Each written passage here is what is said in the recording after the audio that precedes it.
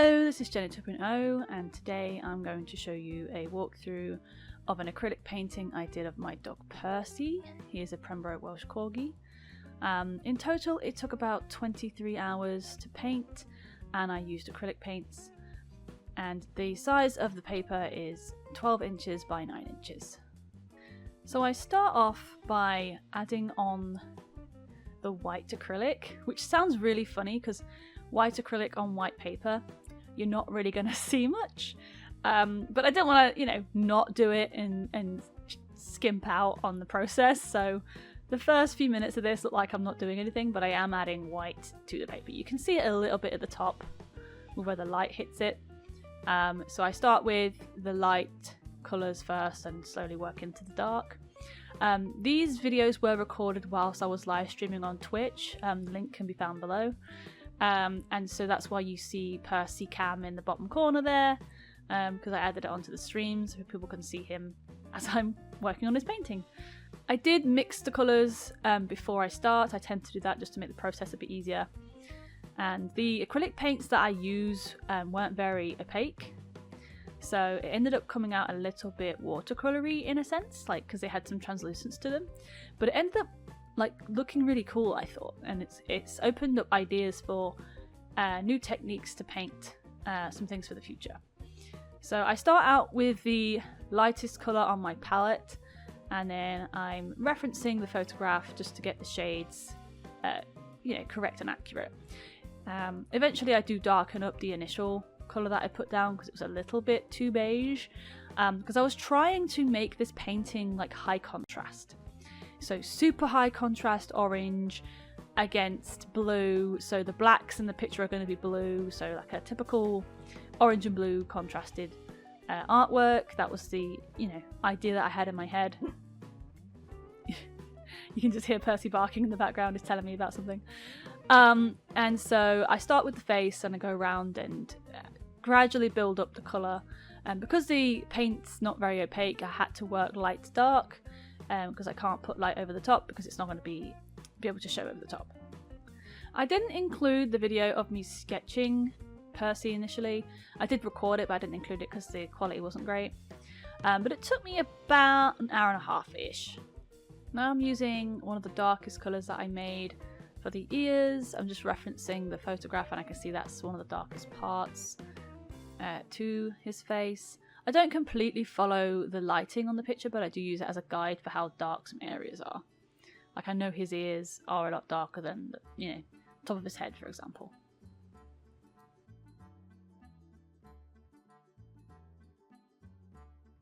So we've changed perspective here. I ended up buying myself, during this process, I bought myself the artboard because I found it easier to have it propped up. And so I changed the angle of my recording to be an over-shoulder shot. And so that's primarily what the angle is going to be going forward.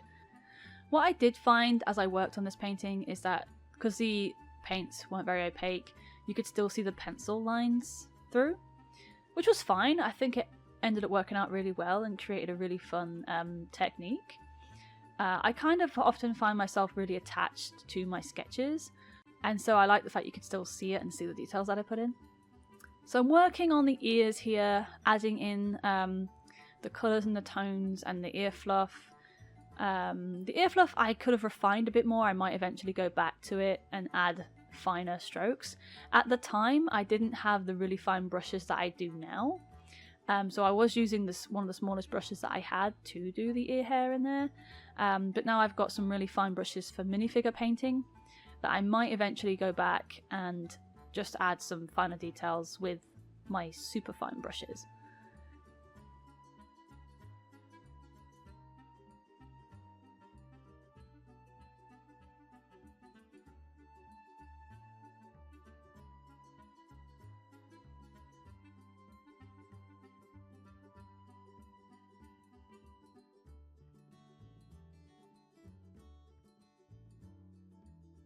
So here I am going around and I'm being mindful of keeping the fur fluffy. Because again, I know the white's not going to be able to draw over the orange, so I'm making sure that when I do put the orange in, I'm bearing in mind that his neck is fluffy and to make sure that I have that incorporated in my lines.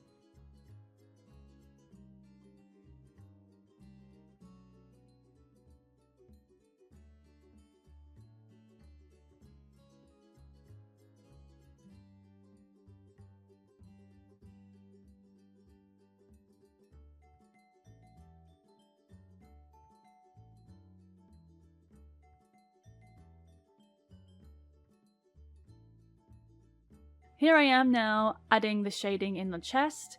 Like I say, because I intended for this to be a high contrast piece between orange and blue, I am adding in the shading on the chest on the white hair in blue. Because my intention was that the background was going to be blue, and typically what happens when you do that is the colour from the background reflects onto lighter surfaces. So that's the plan here. So I'm going around adding in shading in the blue tones that I've made. I believe I made 3 or 4 different tones of blue. And I am somewhat referencing the image here for where the light hits, but I am taking artistic liberties because of the fact that I'm not completely copying the image in terms of the light source. I am just using my own artistic license to put the shading where I feel makes sense.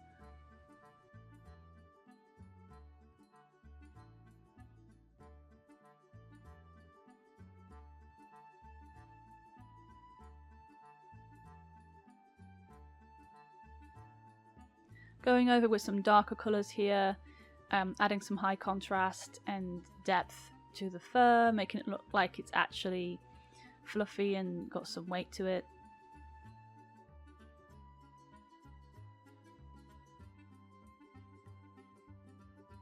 And now I'm doing the inside of the ears. I initially put yellow up there to blend it a bit because his ears were blended like that, and the top of his ears did kind of blend down and then they went pink.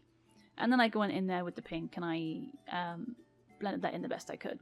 It's kind of hard to blend acrylic, and in the mixing process and in my palette I did have water, so a lot of the colours were watered down to avoid them drying out too quickly.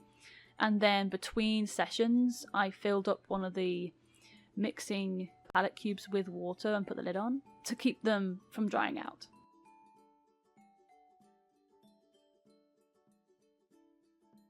So here I am adding the blue background in. This is because I'm about to leave to go back to the UK.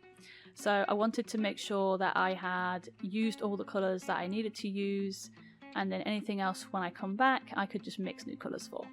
So this is the same blue that I've used on the shading of his fur, and I wanted to be the same blue for the background. I made it a little bit darker at the base to give it a bit of depth going up. So here I am returning to the portrait. I did mix some new colours up and wanted to deepen the tones in his chest. So I'm doing that because I'm also now completing the darker tones of the portrait. So I did all the light colours and now I'm going in and doing the darker colours. And so I'm starting with the chest and then now I'm working on the nose. So I'm adding some light shading to the top of the nose, and then I'm going to make the main colour of the nose blue. As I say, I'm doing a blue and orange contrasting artwork. And then I also make sure to add the tones in there, and any dark spots that he's got, like the couple of dark spots on his muzzle, I also made blue. So anywhere where you would find like a black colour on him, I've basically made blue. And it came out really well. I thought the effect looked really cool. Adding some different colours to the chest here, some different streaks of fur just to add some depth. I thought it was a little bit flat and not contrasting enough.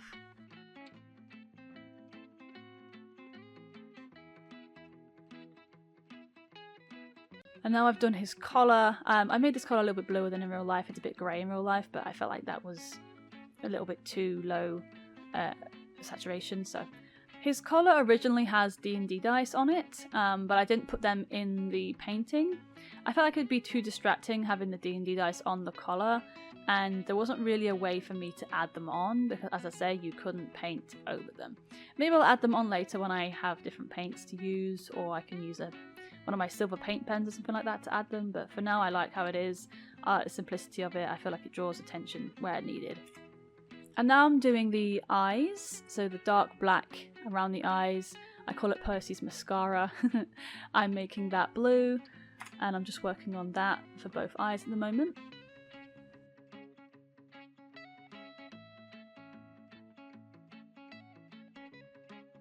Here I'm adding the grey and silver tones to his collar. So going all the way down to his dog tag, which is a D20. Being very mindful to keep some reflecting blue from the background and the shading in there, and also keep some shine for the light source to hit. And this is where I do put some detail in. So the D20 collar does have the lines of a D20 on it and the 20 in the center of it. It's being very mindful and very careful to get that in right. At this point, I do have the thin brushes that I mentioned before. So I do use them to help me with really small spaces, like around the eyes and colouring in the eyes and working on the collar. So here I am working on the shine to his eyes. I believe I start with the white shine and then slowly gradually get darker. So now I'm working on the iris colours, making them a bit more orange than in real life, so that make them pop a bit more and to high contrast against the rest of his fur colour. And then I do also use some blue here. His pupils I do keep black, just because I think it would look a bit too jarring having blue pupils, but I do keep some blue in it. For the light shine hitting them, it does go blue, and I think it works really well. Being very, very careful with the black here, because obviously you cannot replace or go over black once you put it down, especially my paints that I have. So I'm being very conscious to go very slow and blending in very steady as I go along. Very small amounts, and you know, add water when you want to blend it in.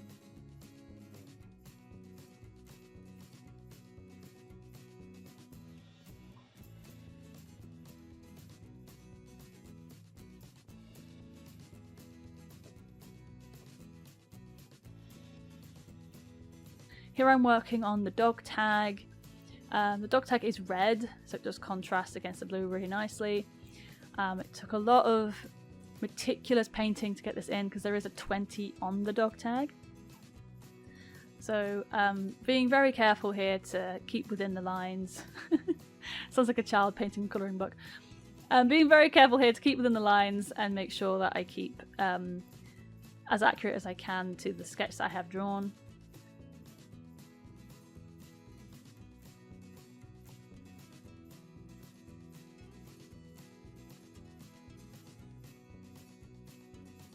And now I'm just painting the whisker spots on his face. I bought some new black and white paint of a different brand, a paint that I knew was more opaque. As I knew I needed a colour to be opaque to do the whiskers on Percy properly, and I wanted them to be solid and not translucent. So that's what I'm using here when I'm drawing the whiskers on. It's also helpful to have spare black and white anyway, because that's typically the first two colours that you tend to run out of, especially white. And now we've got the final reveal when I'm pulling the tape away from the paper. Incredibly satisfying. This is in real-time speed, so have fun watching it in all its glory. So here we have lovely reveal. Very proud of the fact that these white borders around the edge were like perfectly the same width. And then somehow, I don't know how this happened, but somehow I ended up having two sheets of paper here. So I had the artwork and then there's another sheet of paper underneath. That was an accident and a bit of a surprise when I pulled them apart. I'm like, oh, okay, random piece of paper, didn't mean for that to be there. And here's the finished artwork. So I'm going to show it to the camera, and so you can see what I mean by the eyes and being a bit blue. And here we have the final thing. I hope you enjoyed my walkthrough today. If you have any questions, feel free to leave them in the comments. And I look forward to seeing you for the next one. Bye bye! Thanks for watching.